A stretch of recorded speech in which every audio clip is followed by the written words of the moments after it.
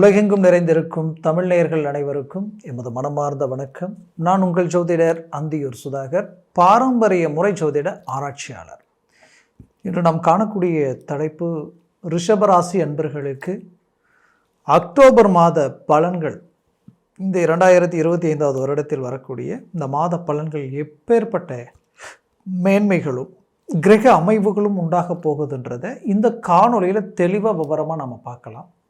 நம்ம சேனலை சப்ஸ்கிரைப் பண்ணாதவங்க பண்ணிக்கோங்க, பெல் பட்டனை கிளிக் பண்ணி ஆல் ஆப்ஷனை கொடுத்துக்கோங்க. அப்போ தான் அடுத்தடுத்து காணொலிகள் உங்களை உடனடியாக வந்து அடையும்.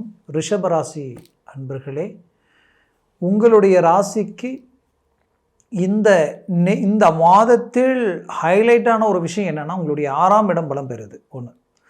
6ஆம் இடத்துல செவ்வாய் நிற்கிறார்.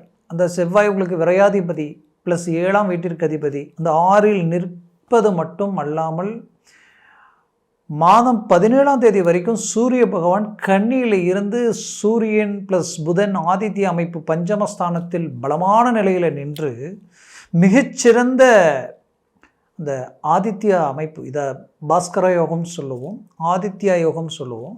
இந்த அமைப்பில் 16, 17ஆம் தேதி வரைக்கும் இருந்து அதுக்கப்புறம் அந்த சூரியன் உங்களுடைய 6ஆம் பாவத்தில் வந்து குரு சூரிய மங்கள யோகம், அதாவது சூரிய மங்கள யோகம்ன்றது அற்புதமான அமைப்பு. அந்த சூரிய மங்கள யோகம் உருவாகிறது எப்படி உருவாகுதுன்னா, 2ஆம் பாவத்தில் இருக்கக்கூடிய குருவும் அந்த இடத்தை பார்ப்பார். அப்போ அந்த குரு பார்வையும் விழுது.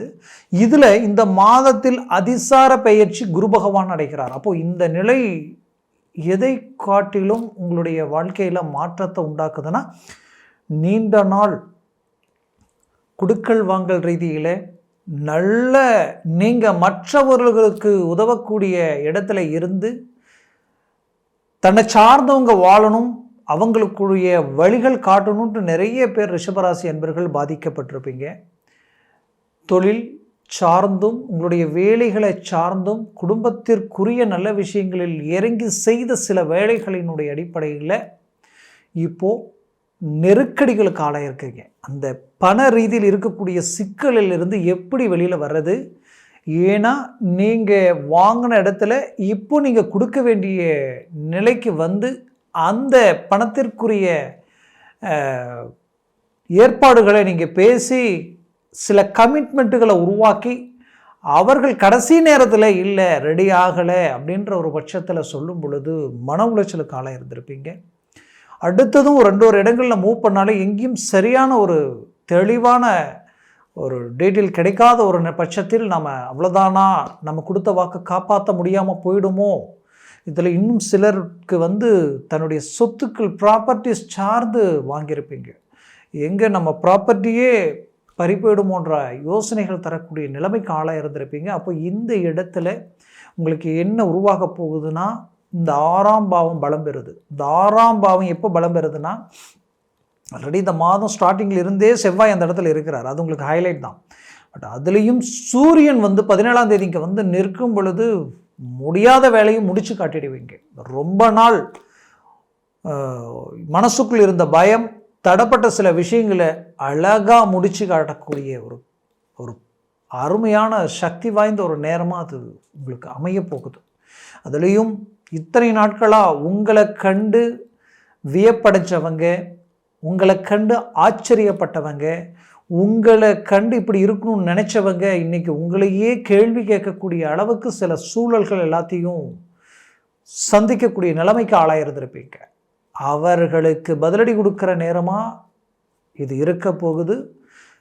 குறிப்பாக இந்த மாதம் தொடக்கத்திலேயே பார்த்திங்கன்னா சூரியன் புதன் ஆதித்ய அமைப்பு பஞ்சமஸ்தானத்தில் உருவாகுது. 5ஆம் இடம்ன்றது ஆசைகள், அதிர்ஷ்டங்கள், நீண்ட நாள் கனவு, லட்சியங்கள். இந்த இடம் பர்ஃபெக்டான ரீதியில் ரொம்ப நாள் லட்சியங்கள் நிறைவேறக்கூடிய ஒரு காலமாக இது இருக்கும். நீண்ட நாள் நீங்கள் பட்ட கஷ்டத்துக்குண்டான பலன். ஏன்னா ரிஷபராசி என்பவர்கள் கடந்த காலகட்டங்களில் நிறைய ரிஸ்க் எடுத்துட்டீங்க. ஹார்ட் ஒர்க், கடின உழைப்பாளிகள்னு சொல்லலாம். மற்றவங்க உங்களுடைய ஒவ்வொரு செயலையும் கண்டு ஆச்சரியப்படக்கூடிய வண்ணத்தில் இருக்கக்கூடிய நிலை இருந்தும், பட் பார்த்தா உங்களை விட எந்த டேலண்ட்டும் பல விதத்தில் குறைவாக இருக்கிறவங்க அவங்க சில விஷயங்களில் ரீச் ஆகி முன்னாடி போயிட்டுருப்பாங்க.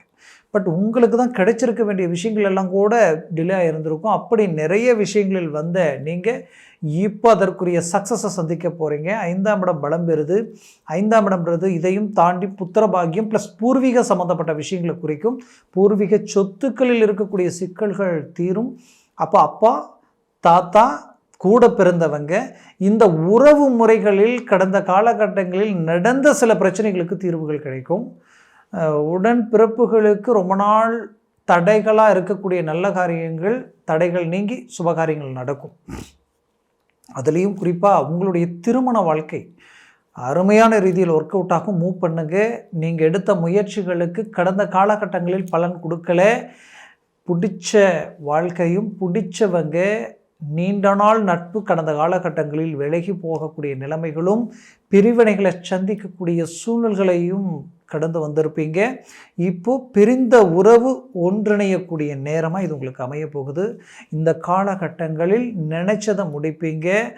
எந்த தவறுகளும் செய்யாமல் ஏதோ ஒரு சூழல் உங்களை குற்றவாளியாக உங்களுக்கு வேண்டியவங்களுடைய கண்ணுக்கு காட்டி அதனால் பிரிந்த நட்புகளும் இணையக்கூடிய ஒரு காலமாக அமையும். பெற்ற பிள்ளைகளுக்கும் தாய் தந்தைக்கு இருக்கக்கூடிய மிஸ் அண்டர்ஸ்டாண்டிங் சரியாகி உங்கள் பேச்சுக்கு கண்ட்ரோலுக்கு வரக்கூடிய காலமாக இது மாறப்போகுது. அதுலேயும் குறிப்பாக சொல்லணுன்னா, ரொம்ப நாள் புத்திர பாக்கியம் இல்லைன்னு நினைக்கிறவங்களுக்கு 5ஆம் இடத்தில் இருக்கிற புதன் யோக நிலையில் இருக்கிறதுனால புத்திர பாக்கியம் 100% கரு உருவாகக்கூடிய காலமாக இது உண்டாக போகுது.